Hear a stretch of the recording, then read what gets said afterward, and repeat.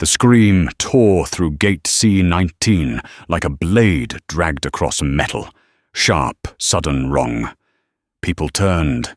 Coffee cups froze mid-air. A security officer sprinted toward the podium as the boarding doors slammed shut, trapping the chaos inside a glass box of fluorescent light, and held breath. And in the center of it stood Evelyn Carter, 52 spine-straight palms, open eyes steady, while everyone else tried to decide whether she was the threat or the victim. A trembling gate attendant, Sam Delaney, clutched a clipboard like a shield. His voice cracked when he pointed at her. "It's her. That's the name. That's the match." His hand shook so hard the lanyard smacked his chest. He didn't know she could hear his heartbeat from where she stood. Passengers whispered, "No fly list. Homeland Security." Is she dangerous? Every syllable hung in the stale airport air, thick as dust under fluorescent heat. Evelyn didn't flinch. Not when they circled her. Not when 2 TSA supervisors stepped in radios hissing. Not even when an elderly woman nearby whispered, "Lord help us." She looked so calm. It's always the calm ones. Calm was all she had left.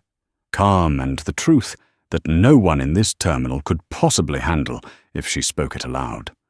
Officer Hale, tall, wide-shouldered, mid-40s with a Marine's posture, approached her first. "Ma'am, I need you to step aside with me." Now. His tone wasn't cruel, just certain. The certainty of a man who had spent 20 years reading faces and was still wrong more than he would admit. Evelyn held his gaze. What exactly is the accusation? Sam Delaney swallowed hard. His freckles stood out like rust beneath sweat. "The system flagged your name during pre-boarding. Red alert. High severity. That means we can't let you on the flight." He wasn't trying to hurt her. He was trying not to lose his job. Behind him, another voice, cut in, sharp and impatient. "For God's sake, just handcuff her and let the FBI sort it out." A man in a blazer, 2 sizes too important, pushed forward jaw-clenched, tie askew. Howard Briggs, retired judge, 81. The kind of man who had spent his life assuming his instincts were facts. Evelyn turned her head just enough to meet his glare. "And what exactly do you think I've done, Judge Briggs?" He stiffened. "You know damn well what someone on a federal list is capable of." But she didn't answer him. The answer wasn't for him. Officer Hale lifted his radio. "Control, this is Hale requesting secondary identity confirmation for subject Carter Evelyn A." His radio crackled, cut off a mid-word. A blackout, not of lights, of systems.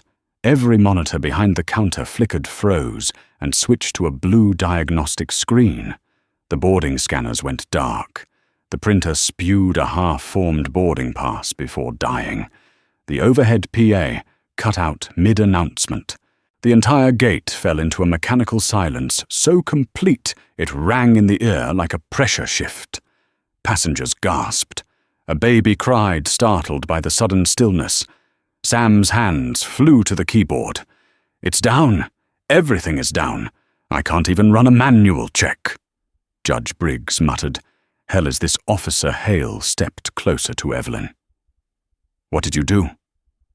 His question wasn't loud, but it cracked open a tension that spread through the crowd like fire jumping rooftops. For the first time since the scream, Evelyn's jaw tightened. Not fear. Not guilt. Something quieter. Sadder. The feeling of someone who has been accused of the same thing too many times to count. "I didn't do anything," she said, which is true. But the system outage was not random, not coincidental. It was the first ripple of a storm no one here understood. Not yet. Hale motioned for backup. "I need everyone 3 steps back. Now." People shuffled away, scattering like loose papers caught in a draft. A second officer, Lisa Rourke, mid-30s with eyes too tired for her age, leaned into Hale. "Something's off. The system never flags mid-scan. This isn't protocol. This is a glitch," Hale whispered back. Then why did the glitch choose her name? Lisa glanced at Evelyn, not with suspicion, with something more complicated. Recognition, or maybe intuition. A faint pull she couldn't name. Ma'am Lisa said quietly, "Do you have anything with you besides your ID? My carry-on. Laptop, chargers, nothing else." Officer Hale took the ID between gloved fingers. Evelyn Carter, Columbus, Ohio, traveling to Seattle. He paused. "Why Seattle? A meeting," she said. "What kind of meeting?" Evelyn inhaled slowly. "The kind of meeting that keeps airplanes flying safely." The answer wasn't a lie, but it wasn't something Hale could process. His brow furrowed, unsure how to categorize her. Behind them, a maintenance worker shuffled forward, pushing a mop bucket. Late 50s wiry frame eyes, sharp under the bill of a faded Liberty Air cap. He stopped beside Sam, lowering his voice. "She doesn't look like someone who belongs on a no-fly list." Sam rubbed his forehead. "I know. But the system flagged her. What am I supposed to do?" The janitor held Sam's gaze a moment longer. "People get mislabeled all the time. One wrong digit, one old file, one lazy update. Seen it happen more than once." Sam didn't respond, but his shoulders lowered just an inch. Officer Hale tapped his radio again. "Control, this is Gate C-19. We need manual override for identity verification. The system is fully unresponsive." A voice finally pushed through static. "Manual override denied. Stand by for Federal liaison." Sam's face drained. "Federal for her judge." Briggs exhaled triumphantly. "Well, that answers that." But Lisa Rourke stepped between them, eyes sharp. "Or it answers nothing. This whole thing feels off." She turned to Evelyn. "Ma'am, is there anything you want to tell us before Federal security arrives?" Evelyn lowered her gaze, not in shame, but calculation. Her thumb brushed the edge of her boarding pass, the small metallic gold line glinting under the gate lights. The pass wasn't special, but her name embedded in Liberty Air's internal systems was, and someone somewhere had pulled an old file, a dead file, a mistake that should have been deleted 30 years ago. But it wasn't Evelyn who said the next words. It was the janitor. He stepped forward, jaw set. "You might want to check the timestamp on that alert. The whole network's been glitching for weeks. She didn't trigger anything. The system did." Hale frowned. "And you know that how?" "Because the janitor said, gripping the mop handle like it was the only thing tethering him to anonymity. I helped install the old Liberty Air server, back when Carter Tech was still consulting for the company." Sam stared at him. "Wait, you worked for Carter Tech?" The janitor shook his head. "Not worked, contracted. A long time ago." He nodded toward Evelyn. "And I remember that name." Hale turned to her again. "What exactly is your role with Carter Tech?" Evelyn looked into his eyes. For a moment, the entire gate held its breath, as if waiting for the world to tilt. Then she said softly, "I don't work for Carter Tech." A pause. Confusion rippled through the air. "I run it." Sam's mouth opened. The janitor froze mid-step. Lisa blinked, stunned. Even Hale's jaw tightened, recalibrating the entire situation in one breath. Judge Briggs scoffed. "Impossible. Carter Tech's CEO is—" He stopped, because the woman in front of him didn't look away, didn't shrink, didn't apologize for existing. And in her eyes, he finally saw the truth he had refused to imagine. Evelyn Carter didn't need an introduction. She needed a correction. But before anyone could speak, the PA system flickered back on spitting static, before a fractured announcement echoed through the terminal. Attention all gates. Liberty Air is experiencing a network incident. All departures are temporarily suspended. Gasps, murmurs, panic. The system outage wasn't isolated, and Evelyn Carter was the only person here who knew just how bad it could get. She turned her face toward the dark monitor's jaw tightening. This wasn't a coincidence. It was a warning. And someone, somewhere, wanted her off that plane. The terminal lights dimmed for a breathless second, just long enough for every face at gate C-19 to tilt upward, as if the ceiling itself were about to collapse. Then the bulbs snapped back to life, too bright, washing everyone in a pale glare that made fear easier to read. Officer Hale steadied his stance, widening his shoulders the way he had in combat zones overseas, when uncertainty was more dangerous than any weapon. His voice dropped, low-clipped. "Ms. Carter, you need to come with us to the holding area until we understand what's happening." Evelyn didn't move. Her calmness spread across her features like a shadow, settling over still water.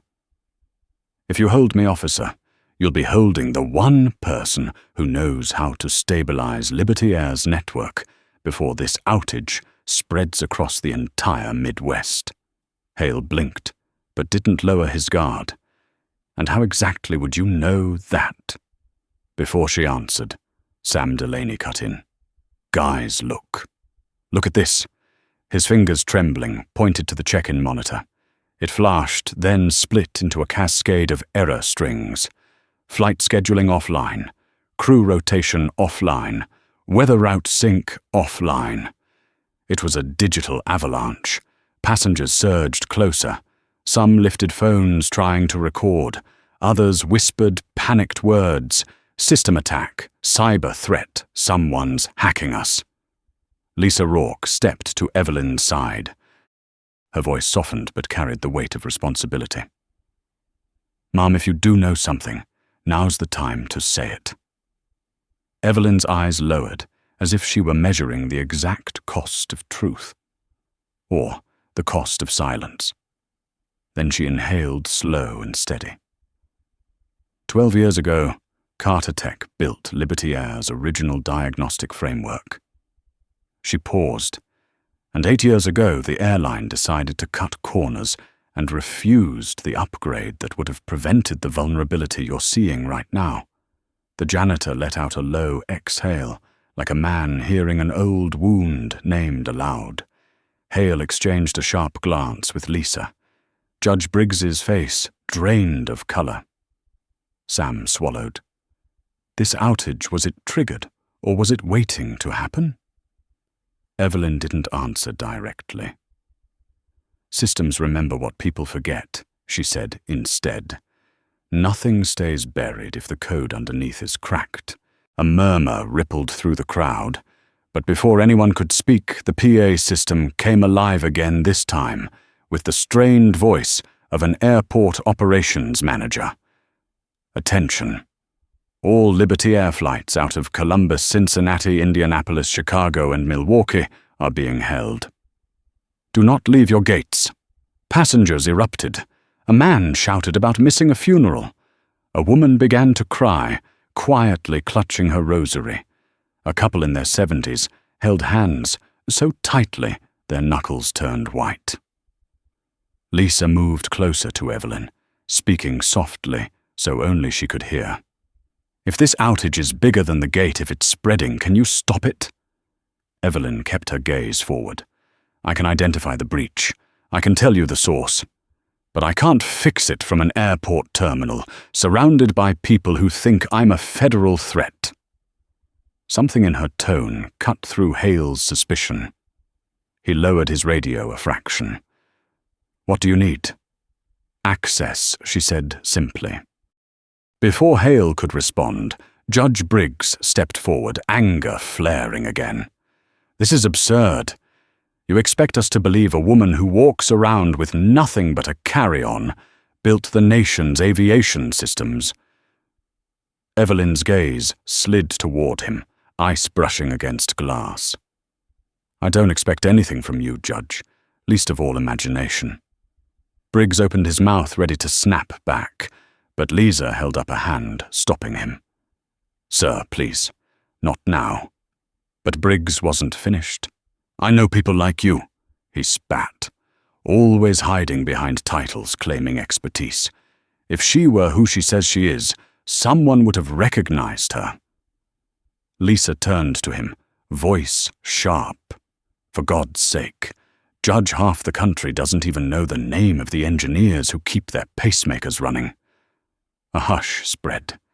Even Sam looked up at Lisa, startled by the steel in her tone. Evelyn didn't speak. Didn't need to. The truth was settling across the room like winter frost. Not loud.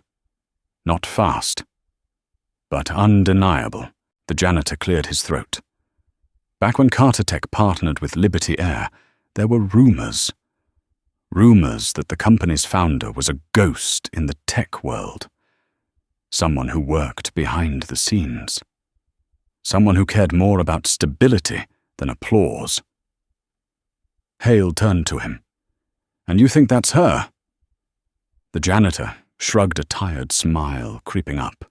If it isn't, someone needs to explain how she knows the guts of a system built long before Sam here was shaven. Sam flushed red, but didn't argue. Then the loudspeaker crackled again. This time the voice was unmistakably tense. "All gate supervisors report to the operations center immediately. Repeat, immediately. Network failure has reached critical escalation." Gasps rose from every direction. Lisa exhaled sharply. "That's not a glitch. Not anymore." Sam's eyes darted to Evelyn. "If someone's attacking us, could they have used your name to cover their tracks?" Evelyn's pulse didn't spike, but something darkened in her expression. "I thought about that. But no attacker would use my name, unless they wanted me blamed. Which means this isn't sabotage. It's a signal." Hale stepped closer. "A signal to who me?" she said. The room went silent, weighty as fog in a valley. Before Hale could question her again, a Liberty Air supervisor rushed into the gate area, cheeks flushed, tie, crooked breath short. His name tag read, Patrick Ross. He scanned the crowd until his eyes landed on Evelyn. "Ms. Carter." His voice wavered. We need you in operations. Right now. The CEO is on a secure line asking for you personally." Judge Briggs staggered back as if struck. Sam nearly dropped the boarding manifest. Even Hale froze. Evelyn's expression didn't change. She simply nodded once, as if she had been waiting for this moment since the first flicker of the outage. Lisa whispered, "You actually are." Evelyn cut her off gently. "Labels never mattered to me." Hale stepped forward, unsure whether he should escort her or detain her. "Do you want an officer to accompany you?" Evelyn looked at him with a strange softness, the kind a mother gives to a child who finally asks the right question. "Not to protect me, officer, but to protect the people who might panic when they learn the truth." He nodded slowly. "I'll go." Lisa raised her hand. "I'm coming too. If this mess is connected to something internal, I need to know." Patrick Ross motioned for them to follow. "Hurry. The outage is cascading faster than we can contain it. They said your presence is critical." As they began moving through the terminal, passengers parted instinctively, forming a narrow path. Some watched in awe. Others watched with suspicion. But one thing united them all: the sense that this woman who had been accused minutes ago was somehow central to the salvation or collapse of their journey. The janitor called out behind her voice, warm with something like pride. "Go on, Miss Carter. Show them what 10 years of ignoring updates gets them." Evelyn allowed herself the barest smile. They reached the security door at the far end of the concourse. Patrick swiped a badge. The lock clicked open with a hollow clang. Before stepping through, Evelyn turned back toward Gate C19. The crowd watched her like a jury waiting for a verdict. She saw fear, frustration, doubt, but also a few eyes holding something deeper, trust in its earliest fragile form. Then she stepped through the door. As it closed behind her, the terminal lights flickered once more. Not dimming, pulsing, almost as if the building recognized her. Because someone somewhere had built this failure with purpose. And Evelyn Carter was finally walking towards the answer. The corridor behind the security door hummed with a low mechanical vibration, the kind that seeped into bone and warned anyone paying attention that a machine far larger than themselves was struggling to hold itself together.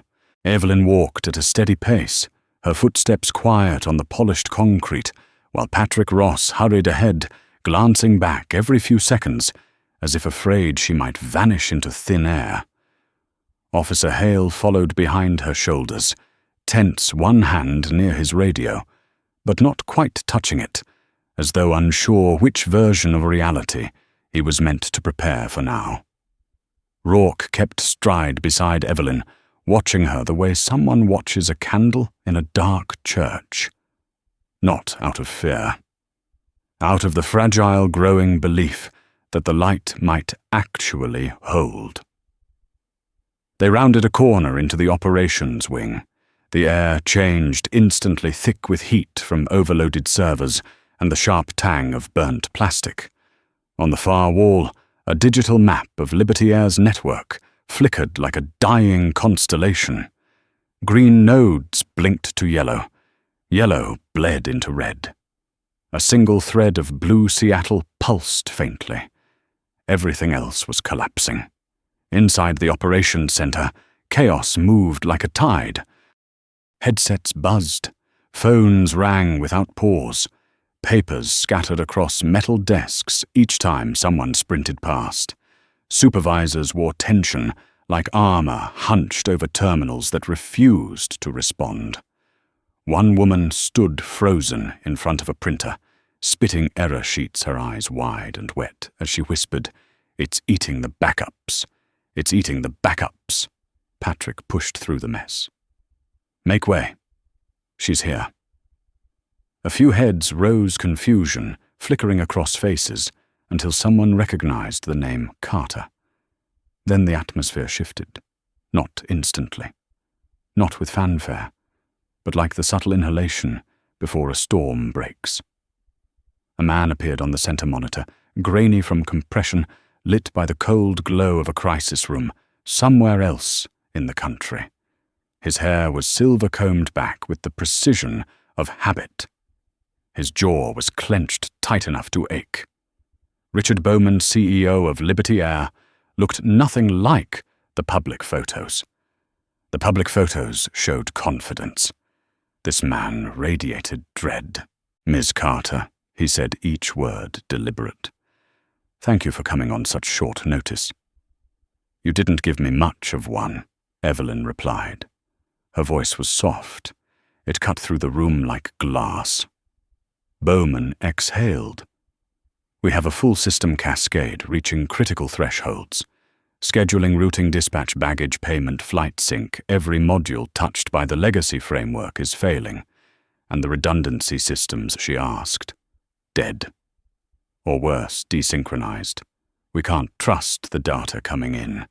Hale glanced at Rourke. Desynchronized data meant lies, a system showing planes where they weren't, crews assigned to flights they never boarded, weather paths that led into storms. In aviation, false information was far deadlier than none. Evelyn stepped closer to the main console. "Show me the origin point." A young engineer hesitated. "Ma'am, I'm not authorized to." Bowman's voice thundered through the speaker. "Give her the access, Greg. All of it." Greg swallowed hard, typed rapidly, and the screen transformed. Lines of code cascaded, some familiar, some ancient, some corrupted, beyond recognition. Evelyn scanned them with the intensity of someone reading a confession letter addressed only to her. There, she said. Her finger pointed to a block of code glowing faint amber, time-stamped 11 years ago. Rourke frowned. That can't be right. That update was deprecated. No. Evelyn murmured. It was supposed to be. She tapped the screen, but someone reactivated it. Greg's voice shook. Why would anyone do that? Evelyn didn't answer immediately. Instead, she looked at the surrounding modules. Each one showed a branching pattern of failure spreading from the same origin point, like a virus awakened from hibernation, or like a buried memory refusing to stay buried. Bowman spoke again, tension fraying the edges of his tone. We need you to isolate the breach and initiate rollback. I don't care what the cost is or what we lose doing it. Just stop the cascade before the FAA steps in and grounds us permanently. Evelyn's eyes narrowed. You think this is just a malfunction? Bowman's stare hardened. If it's not, then we'll have that conversation after the fires are out. Evelyn inhaled. Her pulse thudded quietly in her wrist. A memory flickered old, sharp, unwelcome. The last time the legacy system had glitched, it hadn't been a glitch. It had been a warning, a threat wrapped in code. She had buried it with precision, believing no one would ever find it. She was wrong. A sudden alarm screamed across the operations room. Everyone jerked. Lisa gripped the console. What now? Greg typed furiously. The breach just duplicated itself. It's rewriting its own timestamp. We've never seen anything like this. It's not a it, Evelyn said quietly. It's a someone. Hale stared at her.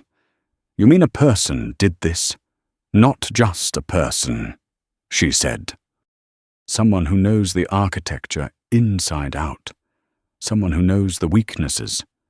Someone who knows the names of the people who built them. Lisa's face paled. Then they know you. Evelyn didn't respond. She didn't need to. Bowman's voice rose sharply. Miss Carter, can you contain this or not? Evelyn stepped to the keyboard. Clear the room, she said. Greg sputtered. But Ma'am, we can't now. Something in her tone pinned every breath in the room. Authority. Not the forced kind. The earned kind. The kind people recognize before they understand it. Bowman hesitated only a second before nodding. Clear out. Everyone except Miss Carter and her escorts. Within moments, the operations center emptied. Doors shut. Silence pressed in. Hale leaned against the far wall, one hand resting on his holster, out of habit, but his eyes fixed on Evelyn with something new. Respect edged with fear. Rourke stood close enough to see the code on the screen, but far enough to avoid interrupting. Evelyn touched the keyboard. Her fingers moved with muscle memory the way a violinist touches strings or a surgeon handles bone.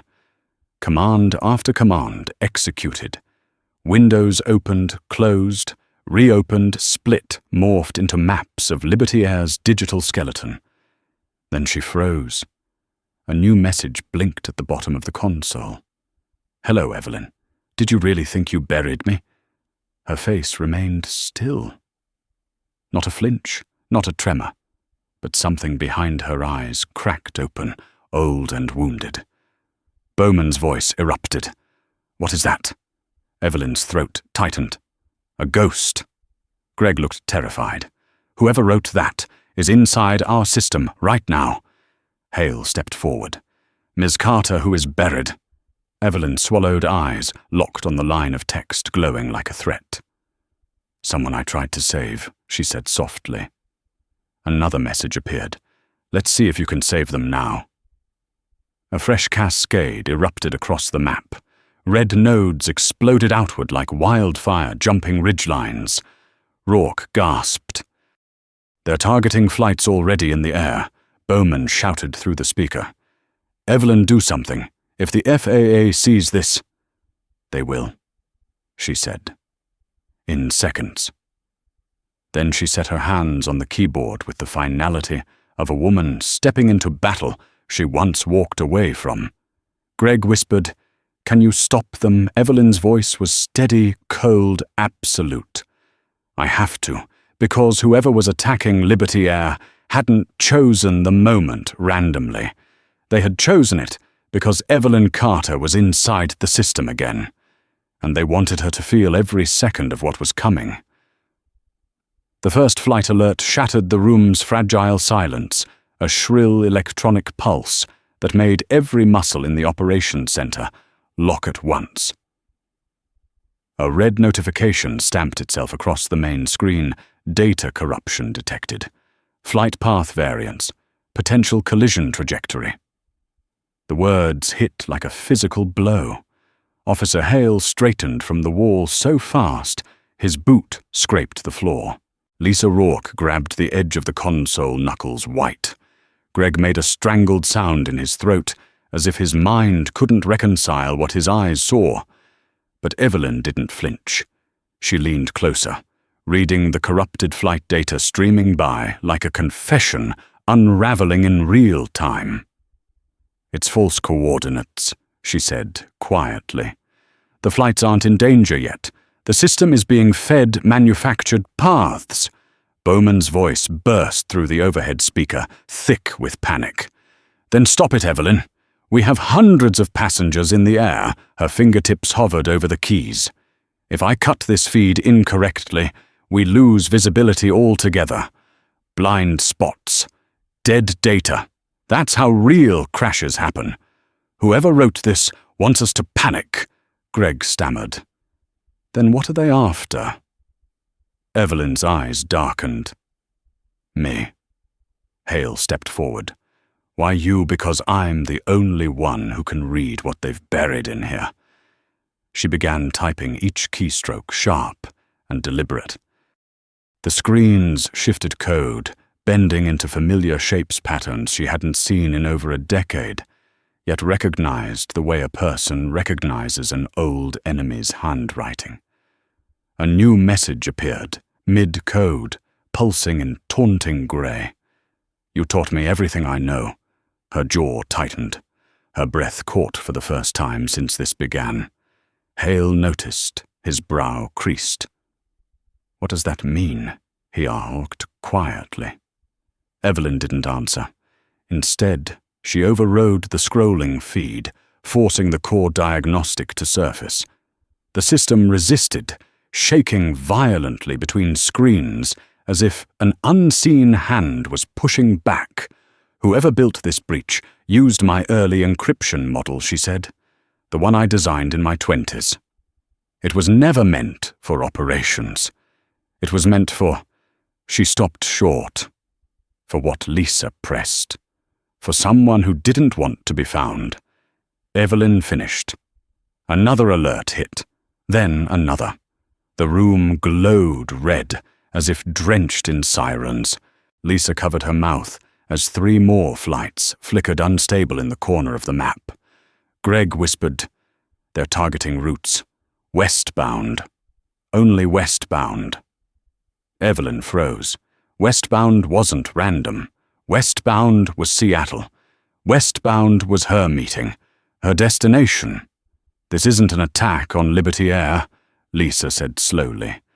"It's an attack built around you." The truth pressed against Evelyn's ribs like a fist. She stepped away from the console, staring at the whole map, red rings expanding outward, each one more aggressive than the last. Her breathing settled into something cold and steady. "Bring up the buried partition," she said. Greg blinked. "The what partition? Zeta? The archive?" Greg paled. "That section hasn't been touched in years. It predates. Do it." Evelyn snapped. Greg obeyed his hands, shaking as he unlocked sealed directories. A long-forgotten interface rose like a ghost surfacing through ice. And there inside a hidden folder were thousands of encrypted logs, stamped with a name Evelyn hadn't spoken in years. Daniel Mercer. Lisa whispered, "Who is that?" Evelyn stared at the screen. Her throat tightened. He was my protégé. Brilliant, unstable, obsessed with proving the system was flawed. I shut his access down after he deployed unauthorized simulations using real flight data. She exhaled. The company buried it. And him, Bowman's voice cracked through the room. "Evelyn, are you telling me the person behind this is someone we covered up?" Evelyn didn't blink. "You covered it up." I stopped him. Jim Hale stepped closer. If Mercer was removed from the company, how does he still have access? "Because he didn't steal the code," Evelyn said quietly. "He wrote half of it. Under me." As she spoke, a new alert bled across the center screen. Identity mismatch. Localization feed compromised. External access detected. Greg shouted, "They're inside the live routing server." "They're rewriting altitude values." Lisa paled. "If those values sync to the FAA feed, they won't," Evelyn said sharply. "Not if I cut the bridge before the checksum stabilizes." Hale frowned. In English, Evelyn explained without looking away from the monitor. "I'm severing the connection between Liberty Air's internal navigation data and the national feed before Mercer's knockoff data gets accepted as truth. If I mistime it by even a fraction of a second, we'll wipe legitimate data, and planes will fly blind over 20 states." Hale swallowed hard. "So no pressure." Evelyn ignored the comment. Her hands moved with surgical precision. She typed 3 commands, paused, then hovered over the final keystroke. Bowman shouted, "Carter, do it." "Now not yet," Evelyn murmured. "He wants me to rush. He knows I know the timing. He expects me to panic." Everything inside her stilled. Her pulse slowed. Her breath came in one controlled exhale. Now. She struck the key. The entire operations center plunged into darkness. For a moment, not even the servers breathed. Hale reached for his flashlight. Lisa covered her ears. Greg cursed under his breath. Even Bowman's voice vanished from the speakers. Then one by one, consoles blinked back to life. First dim, then clearer, then sharp as crystal. The red nodes disappeared. The map steadied. The alarm stopped. Greg whispered, "She did it." Lisa let out a trembling breath, brushing a hand across her forehead. But Evelyn didn't look relieved. The center screen shifted again, replacing the network map with another message.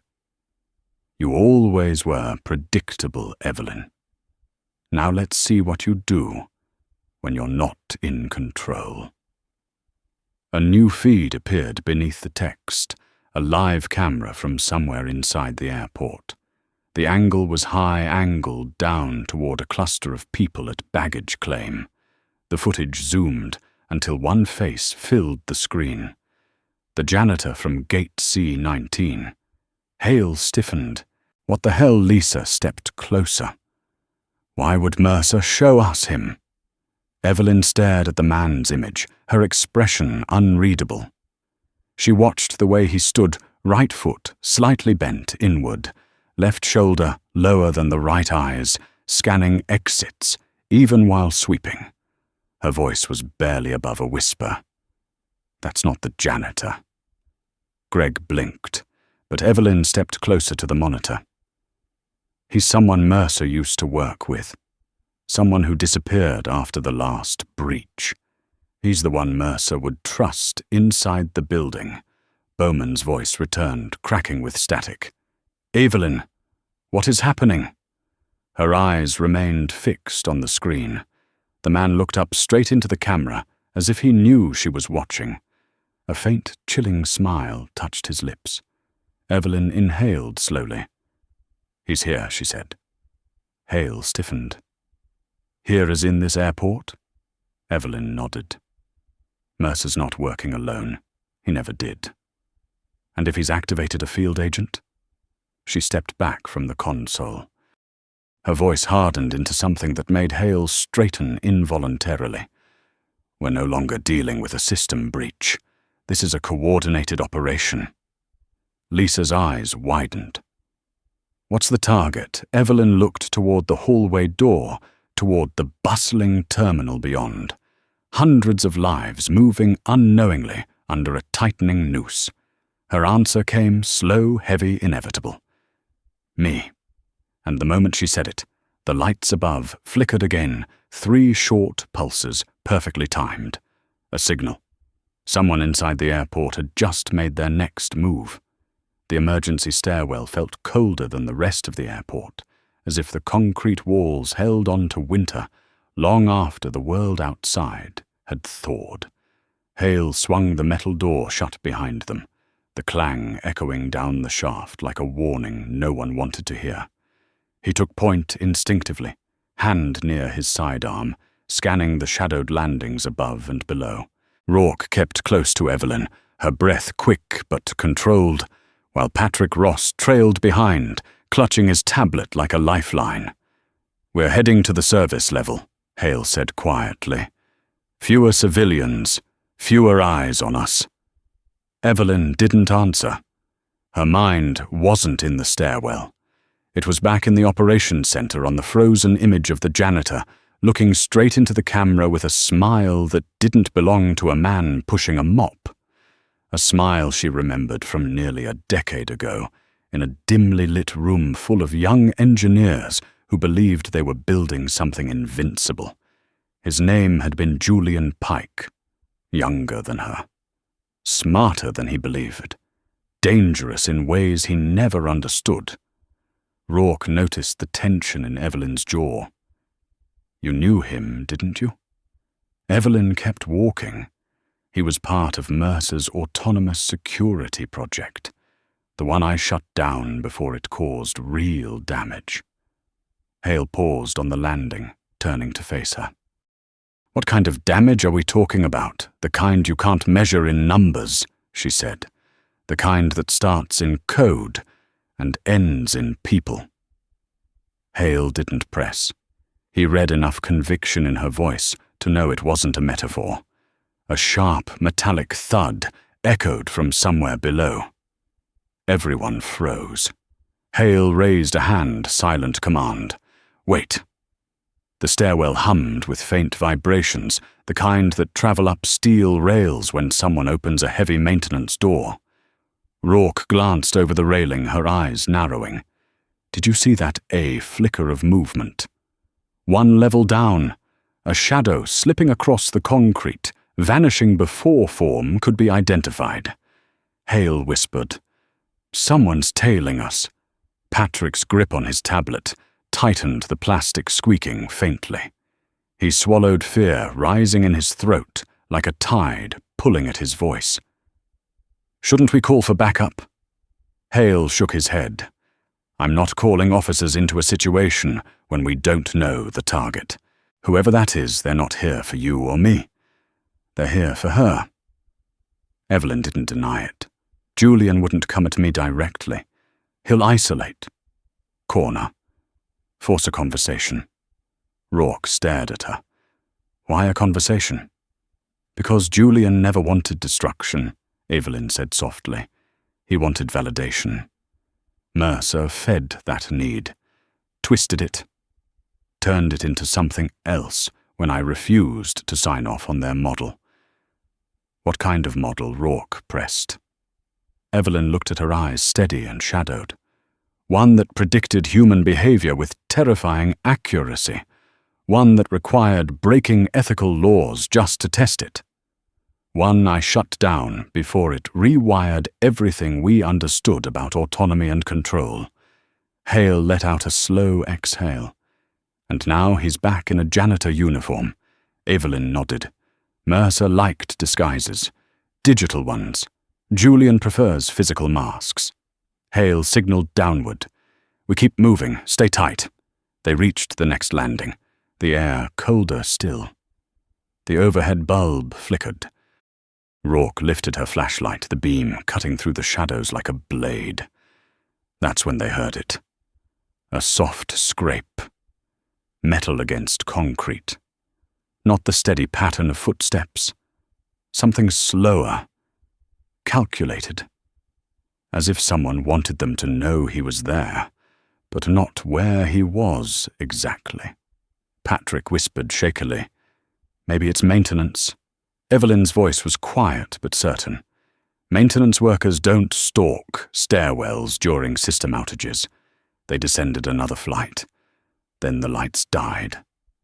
Not flickered. Died. Hale's flashlight snapped on instantly, his stance shifting into defensive readiness. Rourke's beam followed. Patrick fumbled with his phone, nearly dropping it. Evelyn stood completely still, listening. The darkness pressed tightly around them, thick as cloth. Concrete swallowed sound, amplifying even the softest breaths. Then a voice floated up from below. Calm. Smooth. Almost gentle. "You came back, Evelyn." Hale pivoted flashlight, tracking the sound. Julian Pike stepped into the faint cone of light, still wearing the janitor coveralls, still holding the mop handle, as if it truly belonged to him. But his posture betrayed him. Straight. Precise. Calculated. His eyes gleamed with a brilliant, unhinged curiosity that made Rourke's stomach clench. "Hello, Julian," Evelyn said. Julian smiled, the same soft, unsettling smile from the security feed. "I've been waiting." Hale drew his weapon. "Don't move." Julian tilted his head, unfazed. "If I wanted to hurt you, officer, you'd already know. I'm not here for violence. I'm here for closure." Rourke stepped forward, voice steady. "You triggered a national aviation breach. You corrupted flight data." Julian raised a hand, silencing her with a gesture that felt strangely intimate. "I corrected the system, Officer Rourke. I showed its flaw. The flaw she refused to acknowledge." His eyes slid back to Evelyn. "The flaw you buried." Evelyn spoke evenly.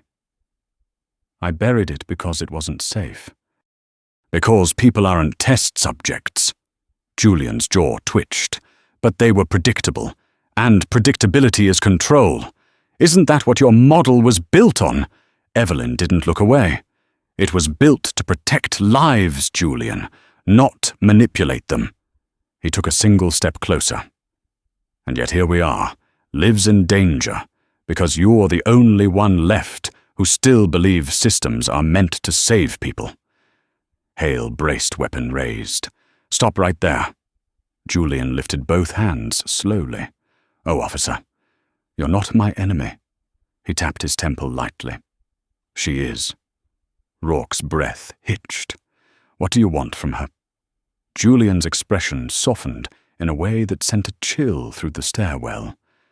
"I want her to admit she was wrong. That's all. Once she accepts the truth, I'll stop." Hale barked. "Stop what?" Julian smiled faintly.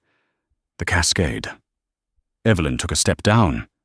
"Julian, listen to me. Mercer used you. He fed your obsession because he needed someone who believed in absolutes. You weren't built for his game." Julian's nostrils flared. "I wasn't built for yours either. You taught me to see cracks in systems. Mercer taught me to widen them until the world noticed," Rourke whispered. "Evelyn, he's unstable." Evelyn kept her focus on Julian. "Tell me what Mercer promised you." Julian's voice dropped to a whisper. "That one day the world would understand what we built, that the system could predict crises before humans even sensed danger, that it could save millions if someone was brave enough to let it run wild."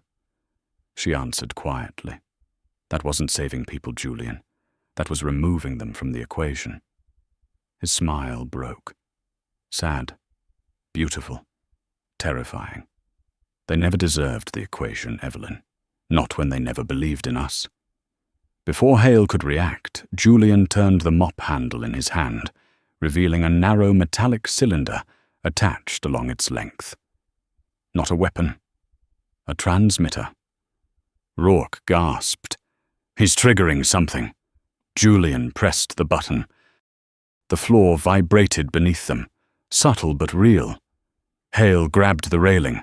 Patrick stumbled, catching himself in panic. Evelyn's eyes narrowed. "What did you do?" Julian stepped back into the shadow's voice, echoing upward like a haunting lullaby. I opened the next gate. The light snapped back on blinding white, and the stairwell door above them unlocked with a hollow click, swinging open to reveal a rising wave of red emergency strobes. Rourke whispered, "God help us." "What now?" Evelyn's voice was steady, controlled, cold. "He's moved to Phase 2. Hale's grip tightened on his weapon. "What's Phase 2? Evelyn stared at the glowing doorway, her pulse slowed to a measured threat. "He's cutting us off from the outside world." And when they stepped out of the stairwell, the terminal beyond was empty. Silent. Evacuated. As if something or someone had cleared the entire concourse to isolate them. The terminal should have echoed with rolling luggage overhead announcements, impatient footsteps, the restless hum of human movement. Instead, the silence pressed against the walls so completely that even Hale's breathing sounded too loud. Gate signs blinked over empty seats. Coffee cups sat abandoned on tables, steam fading into nothing. A single stroller stood tipped against a pillar, its wheels still spinning faintly, as if its owner had vanished mid-stride. Rourke stepped forward slowly. Her boots scraped against the polished floor, the sound swallowed almost instantly. This isn't an evacuation. This is a sweep. Fast. Coordinated. There's no way TSA cleared this entire concourse in under 5 minutes. Evelyn didn't answer. She moved toward the wide glass windows overlooking the tarmac, scanning the distant silhouettes of grounded planes. Not a single aircraft moved. Not a single baggage cart crawled across the concrete. The world outside looked staged, frozen, in a tableau meant to unsettle. Hale kept his weapon drawn. Everyone stay tight. If Pike pulled the fire protocols, he has control of the PA, the doors, and maybe even the cameras. Patrick's hands shook so violently he nearly dropped his tablet. But why empty the terminal? To isolate us? No. Evelyn murmured. Isolation is step 2 for Mercer. Step 3 is pressure. As if on cue, the overhead screen above Gate C21 flickered. A blue interface replaced the departure schedule. Lines of code rippled across it, then dissolved into a single message. "Evelyn." "Time's almost up," Rourke whispered. "Oh God." Hale steadied his stance. "Evelyn, why does he keep talking to you like this? Why is everything personal?" Evelyn's voice held no tremor. "Because Mercer never saw the company as a system. He saw it as a hierarchy of believers and traitors. I was his greatest asset, and the first person who refused to follow him into the dark." Before anyone could reply, a sudden metallic slam echoed from somewhere behind them. It reverberated through the long concourse like a heartbeat gone wrong. Patrick flinched so hard his tablet clattered to the floor. "What was that?" Rourke whispered. Hale edged toward the sound weapon up. Something triggered a door lock, or a barrier. A low mechanical groan rumbled beneath their feet. Vents hissed. The lights overhead pulsed once, then steadied in a dim, controlled glow. Evelyn's eyes tracked the ceiling. He's sealing zones, one by one. "We're being herded." Hale's jaw tightened. "Well, we're not sheep." The speaker system crackled to life, not with Mercer's voice, not even Julian's, but a calm, deadened airport announcement chime. "Attention. Gate C sector lockdown in progress. Please remain where you are." The words sounded benign, almost courteous, but they carried something colder beneath them. Something engineered. Rourke looked around, panic tightening her chest. "Evelyn, tell me we're not trapped." "We're not trapped," Evelyn said, but she didn't look convinced. "We just need to stay ahead of the next lock." Hale nodded and motioned them down the concourse. "Stay close. Move." They moved quickly now, past the empty charging stations, the deserted shops with metal shutters half drawn. The escalators had stopped mid-run, frozen at odd angles. A child's shoe lay abandoned on the bottom step. Patrick pointed toward a fork in the concourse. "Shouldn't we head toward the central atrium? More exits there." Hale started to agree, but Evelyn shook her head. "That's where he wants us. Higher visibility, more cameras, fewer blind spots." Rourke frowned. "So where do we go?" Evelyn turned toward the farthest wing, Gate C-34, where the lights burned slightly darker, and the shadows leaned too far across the carpet. "Somewhere he doesn't expect us to go," she said. "Somewhere he thinks we'll avoid."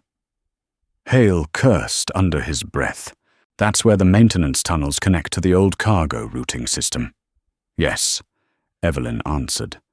"Which means it's the only part of this airport Mercer didn't finish integrating with his breach," Rourke exhaled shakily. "Because it's analog." Evelyn nodded. "People forget old systems. Old systems never forget people." They hurried down the long corridor. The hum of the ventilation grew louder, almost like breathing or listening. Halfway to Gate C-34, a janitorial cart rolled out from behind a corner, drifting slowly until it bumped gently against a pillar. No one pushed it. No one followed it. It simply appeared. Hale raised his weapon again. "Everyone stop." The wheels creaked as the cart settled. A small envelope lay taped to the top of the trash bin, white and perfectly centered. Evelyn stepped forward despite Hale's hand lifting to block her. "It's for me." Rourke's pulse hammered. "How do you know?" "Because Julian always leaves written notes when Mercer wants a personal message delivered," Patrick whispered. "He's toying with us." "No," Evelyn said softly. "He's escalating us." She peeled the envelope free. Her fingers didn't shake, but her breath did. She opened it. Inside was a single sheet of paper, torn at the edges, the handwriting looping sharply across the page. "You're still running from the truth. Come find me before the system does." Evelyn closed her eyes for a moment. Her shoulders lowered, then straightened again. She handed the note to Hale. "Before the system does," Hale muttered. "What the hell does that mean?" Rourke looked at Evelyn with dawning fear. "Evelyn is Mercer's breach, self-learning." Evelyn hesitated. That was enough of an answer. Greg's voice, shaky and distant, crackled from Patrick's tablet speaker. "Miss Carter, can you hear me?" Patrick snatched it up, almost sobbing with relief. "Greg, the entire concourse is empty. Mercer sealed zones. Pike is here in the building. What's happening on your end?" Greg's breathing came fast over the line. "The breach, it's mutating. It's rewriting its own signature. It's evolving."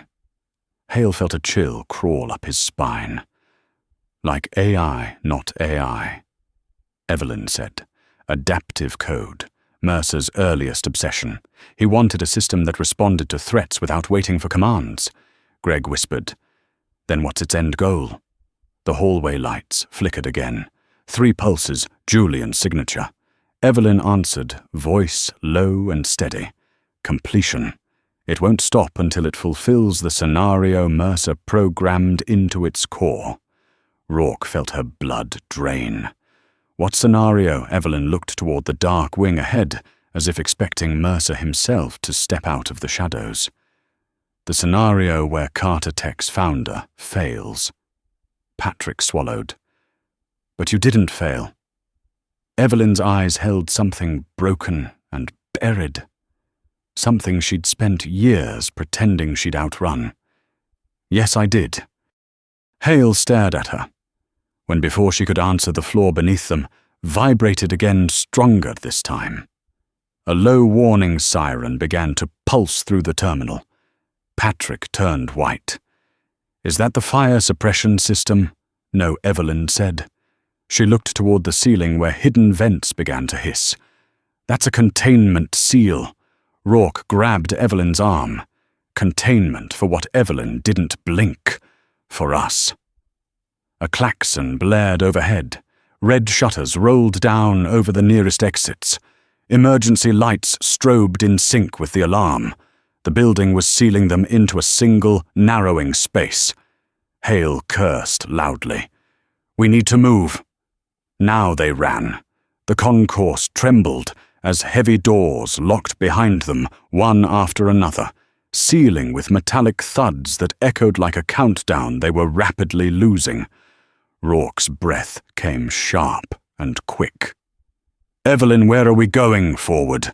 Evelyn said, her voice unshaken, her pace unwavering. "To the only place Mercer can't control," Hale shouted over the sirens. And where's that? Evelyn's eyes burned with cold certainty. The dark network. The oldest part of the airport's architecture. The one only she and one other person had ever touched. Julian Pike. They reached Gate C-34, just as the final shutter slammed down behind them. The lights went out, and the world dropped into blackness. The darkness felt alive. Not merely the absence of light, but a presence that settled around them like a second skin. Evelyn heard the others breathing before she saw them, ragged, uneven, the sound of people who had finally understood the scale of the trap closing around them. The emergency lights failed to kick in. Even Hale's flashlight sputtered uselessly before dying in his hand. Rourke whispered too softly for the space around them. "Evelyn, can he see us?" Evelyn answered without hesitation. "Yes." "But not with cameras." Patrick's voice cracked. "Then how through the system?" she said. "Through the patterns." "Through what we do next." A faint click echoed from somewhere to their left. Hale turned toward it, muscles coiled. He drew his spare flashlight, an older model with a rubber grip, and slapped the base with his palm. The bulb flickered, then steadied into a weak, trembling beam. He swept it across the concourse, revealing a wide steel door recessed into the wall. No signs, no markers, just a shallow seam that only the trained eye would notice. Rourke squinted. "What is that?" Evelyn stepped closer, her shadow stretching across the polished floor. The beam caught the faint outline of a keypad beside the door, covered in dust, except for one clean rectangle recently touched. "The entrance to the dark network," Evelyn said. Patrick's breath hitched. "But I thought that was just a rumor. Some kind of abandoned infrastructure from the early days of Liberty Air. My supervisor said it wasn't real." "That's the point," Evelyn murmured. "Only 5 people ever had clearance. 2 are dead. 2 walked away from the company. And 1 is standing in this hall." Hale eyed her. "And Julian, he was never cleared," Evelyn said. "But he watched everything, learned everything. Mercer made sure he had enough access to be useful, but never enough to be accountable." Rourke nodded numbly. "So now he's here because he knows this place better than anyone." Evelyn's gaze hardened. "Except me." Hale pointed the flashlight toward the keypad. "Can you get us in?" "No," she said. Patrick blinked in panic. "But you just said I can't get us in alone." She turned toward Hale and Rourke. "The system requires a dual authentication sequence. 2 people with independent credentials. It was designed to prevent exactly what's happening now." Rourke swallowed. "So who's the second person?" Evelyn met her eyes. "You." Rourke's hand trembled. "Me, I'm just TSA. I don't have clearance to open a janitorial closet, let alone federal-level infrastructure." You do, Evelyn said, because your badge was embedded into the emergency override protocol 3 years ago, after the Cincinnati near miss. Rourke froze. How do you know about that?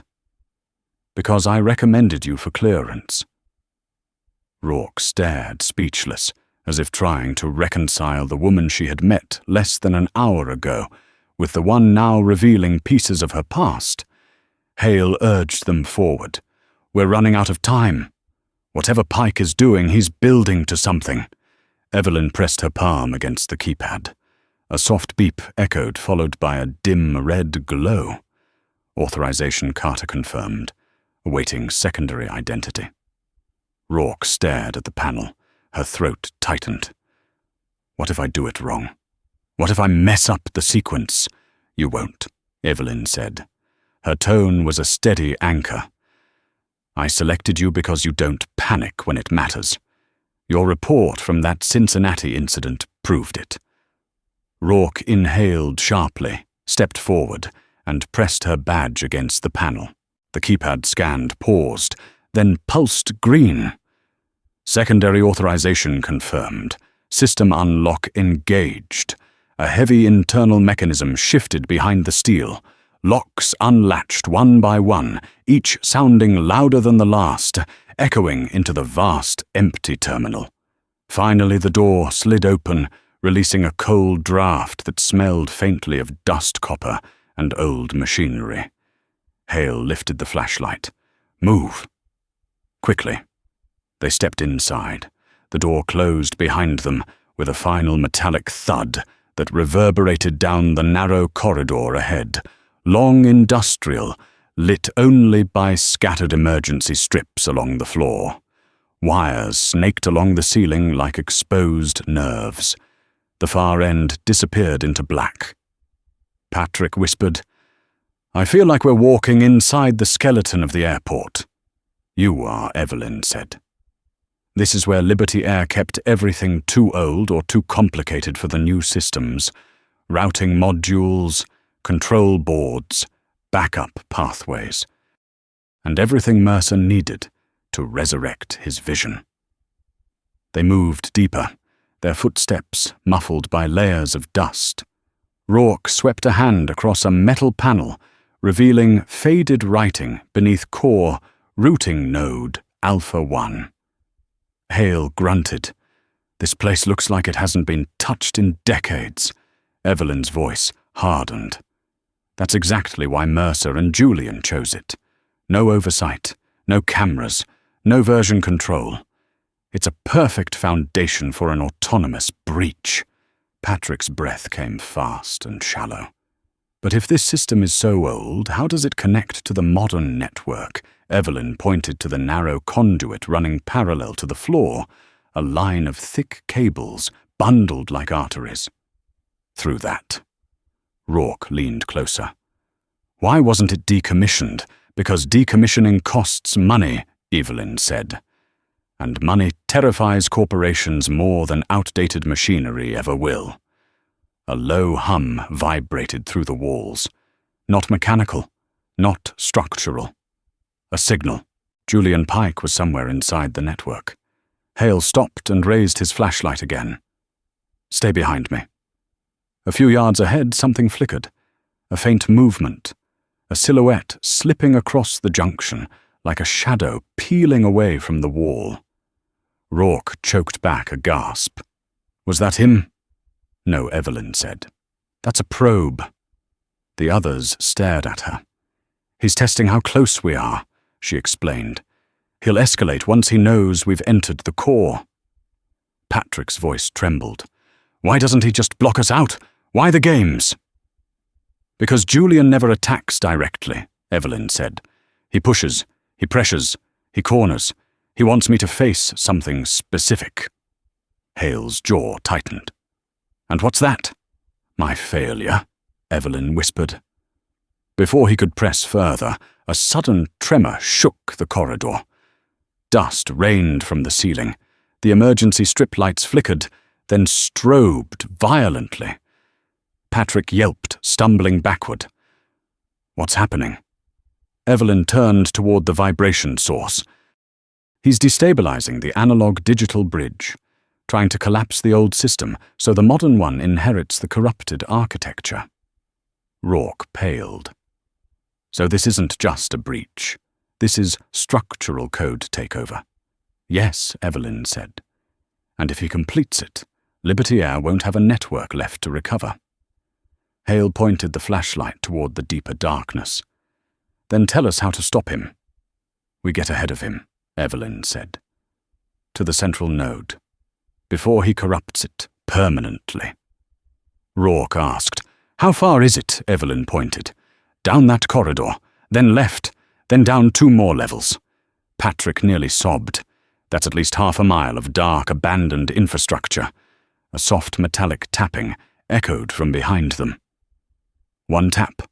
Pause. 2 taps. Pause. 3. Evelyn froze. Rourke whispered. What does that mean? Julian's voice drifted through the corridor, amplified by metal, disembodied and chilling. It means I can hear you. Hale spun, leveling his gun. Show yourself. Julian laughed lightly, a sound that echoed far too close. Still so reactive, officer. That's why the system prefers Evelyn. She knows not to waste energy on the obvious. Evelyn stepped forward, voice cold and steady. What do you want, Julian? What I always wanted, he murmured. Proof that the world should never have trusted you more than us. His voice shifted direction now above them. You chose restraint. We chose evolution. Now let's see who was right. A loud metallic crash erupted at the far end of the corridor as a large mechanical panel slammed shut, blocking their path. Patrick screamed. He's sealing us in. No, Evelyn whispered. He's forcing us downward. Hale gripped her arm, downward into what Evelyn looked ahead. Her voice went quiet, heavy, into the foundation of the dark network, into the place where Mercer hid the original model. Rourke's voice broke. You mean the first autonomous system? Yes, Evelyn said. The one I destroyed. Julian's voice echoed again, soft, delighted, triumphant. But I rebuilt it, Evelyn. And this time, it doesn't need your permission to run. The corridor lights went black again, and a deep mechanical rumble began rising from the levels below them. The metal grating groaned under Evelyn's weight as she lowered herself into the undergrid, the cold air rising from below like the breath of a buried creature. The moment her boots touched the narrow steel beam, beneath the roaring pulse of the predictive core, intensified, echoing through the chamber like a heartbeat, racing toward disaster. Hale dropped down after her, steadying himself with one hand as the beam rattled. Rourke followed, jaw-clenched, flashlight trembling slightly in her grip. Patrick hesitated above them, swallowing hard before finally climbing down, glasses fogged with fear. The space beneath the core stretched like a rib cage of an ancient beast, pipes running like bones, cables hanging like veins, the dim emergency lights flickering in thin red pulses. The floor was far below, lost in shadow. The only path forward was a narrow, lattice walkway, barely wide enough for a single person. Evelyn inhaled, slowly tasting dust and cold metal. This way. Stay close. She moved quickly, body angled low as the walkway vibrated beneath her. Hale stayed directly behind, one hand, hovering inches from her back, ready to catch her if she slipped. Rourke scanned every dark corner with her flashlight breath, sharp while Patrick muttered numbers under his breath like a failing prayer. The system is accelerating, Evelyn said without turning around. The pulse rate is climbing.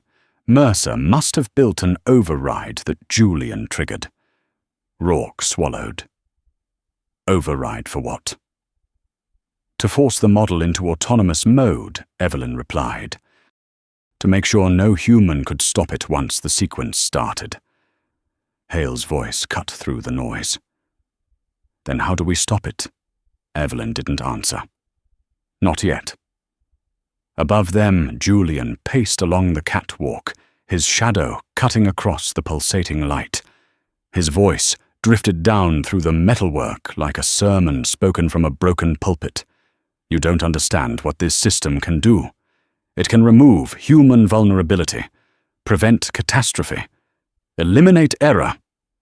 Hale shouted upward without breaking stride. By threatening lives, that's your solution.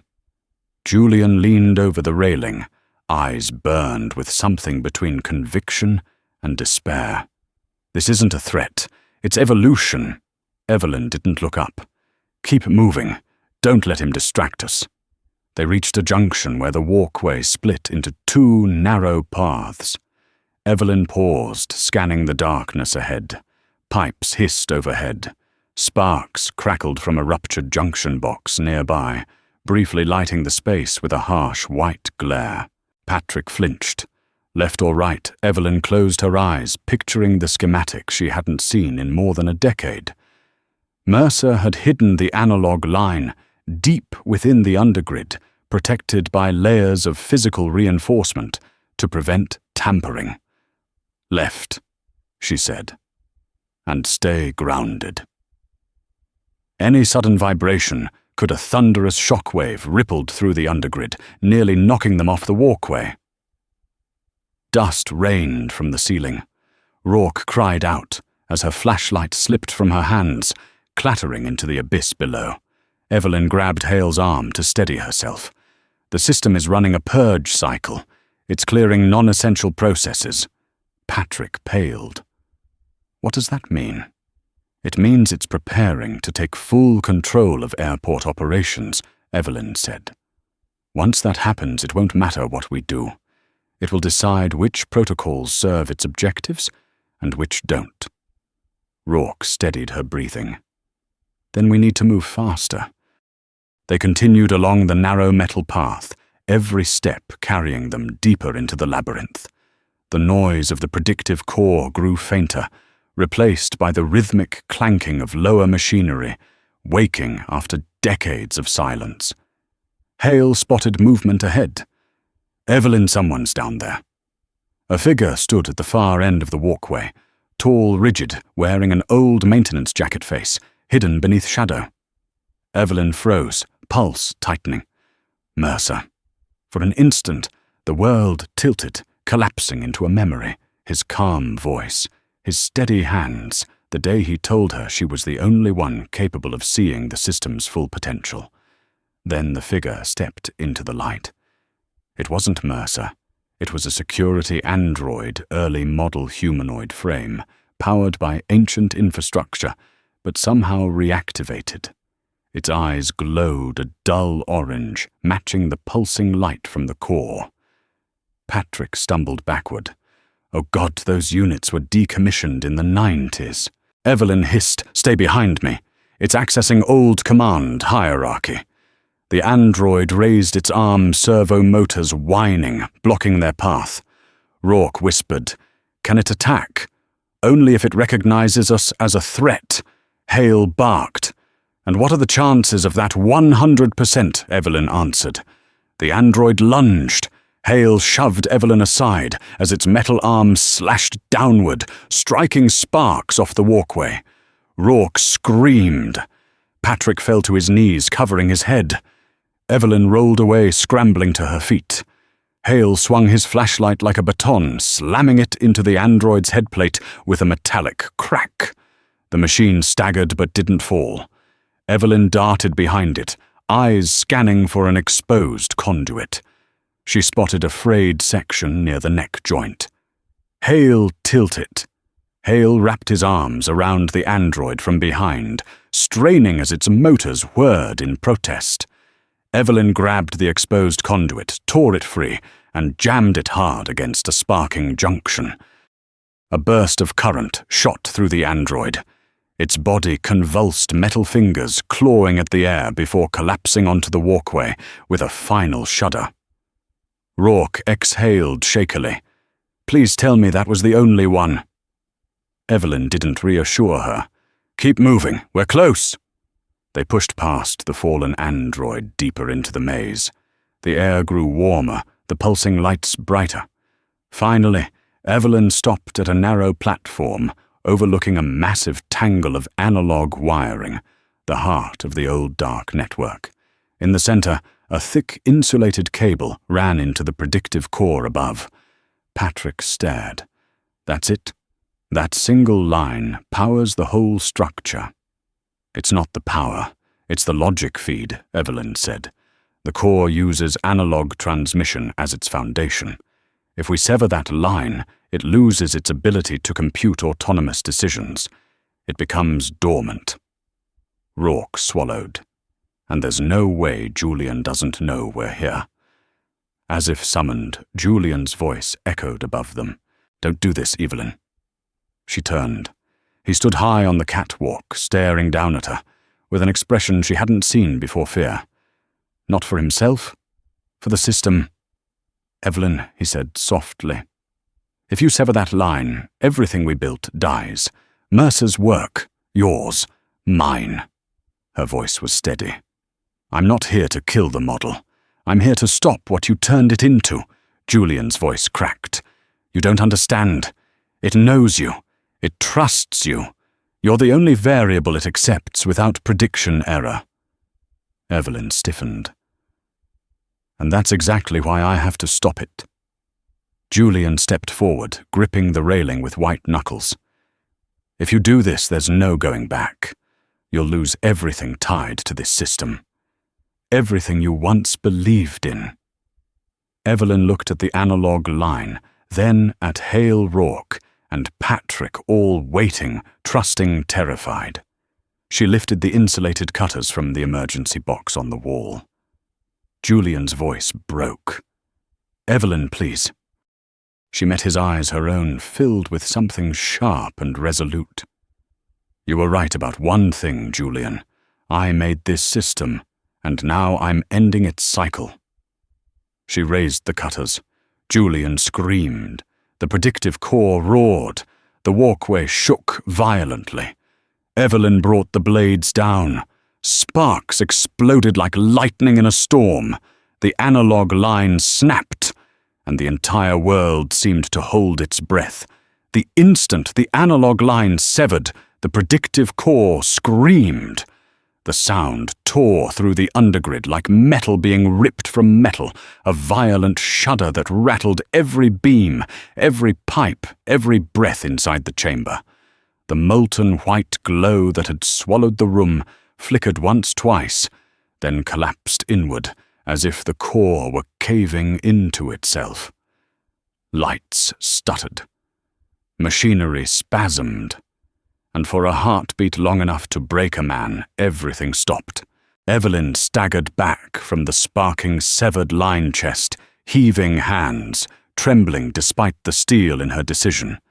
Hale grabbed her arm to steady her while Patrick covered his head, bracing for an explosion that never came.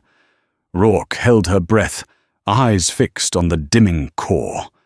Above them, Julian Pike froze on the catwalk, his face a pale ruin. The roar that had powered his conviction dissolved into dead, hollow silence. His fingers slipped from the railing knuckles, losing their color as he stared at the dying machine, like watching a life support monitor flatten into a tone.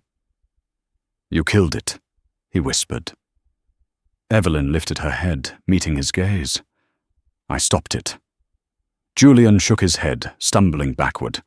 His voice thinned, breaking under the weight of something heavier than grief. You don't understand. It wasn't just a system. It was the last part of Mercer's work. The last part of him. The last part of us. Evelyn felt the words hit deep, but she didn't flinch. Mercer built a foundation. You built a weapon. I ended the weapon. The catwalk trembled beneath Julian's feet as the dark network exhaled its last violent breath. Panels dimmed. Heat sinks cooled. The once living hum faded into the cold rattle of machinery, shutting down after too many years of forced resurrection. The air grew still. Hale glanced around the chamber. Is it over? Evelyn listened not for sound, but for absence. The predictive core was dormant, disconnected from the logic stream that had awakened it. The pulses were gone, the tremors gone. The air felt lighter, as if the entire undergrid had exhaled. Yes, she said softly. It's over.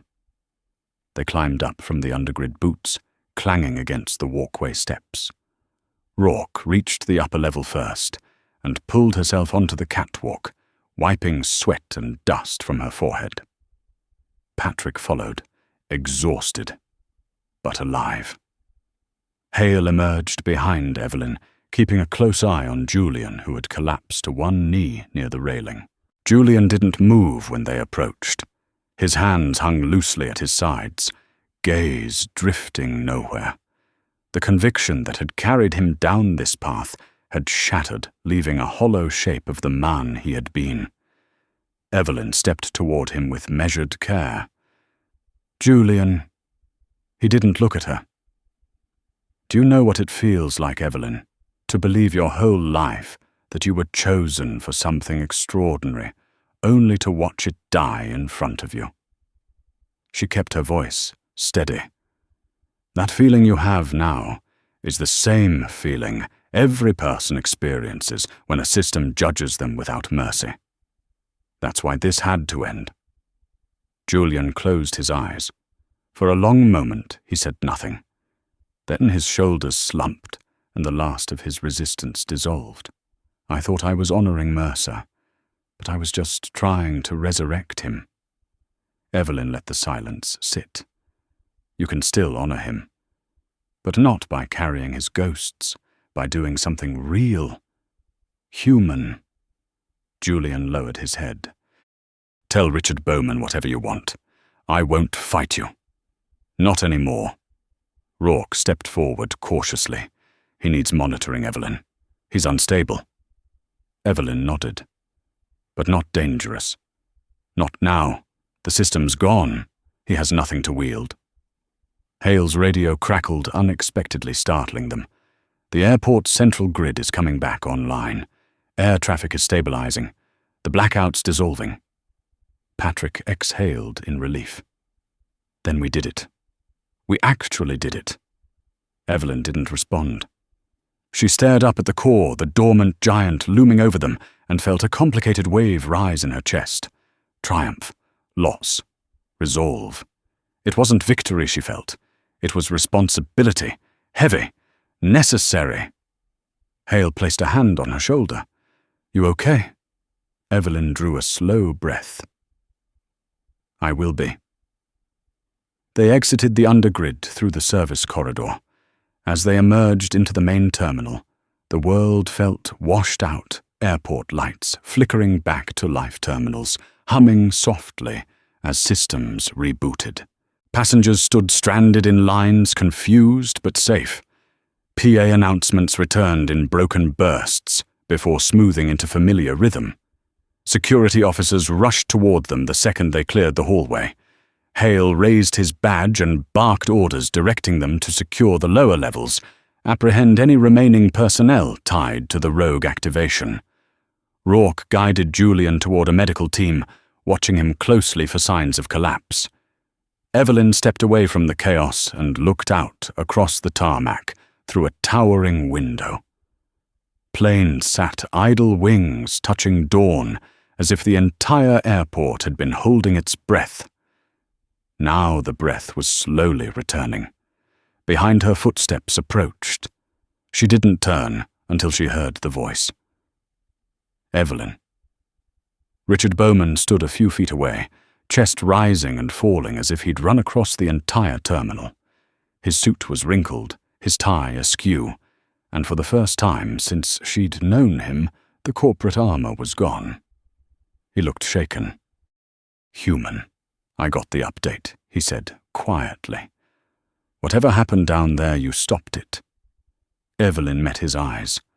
Whatever happened was preventable, and it shouldn't have taken this for you to listen.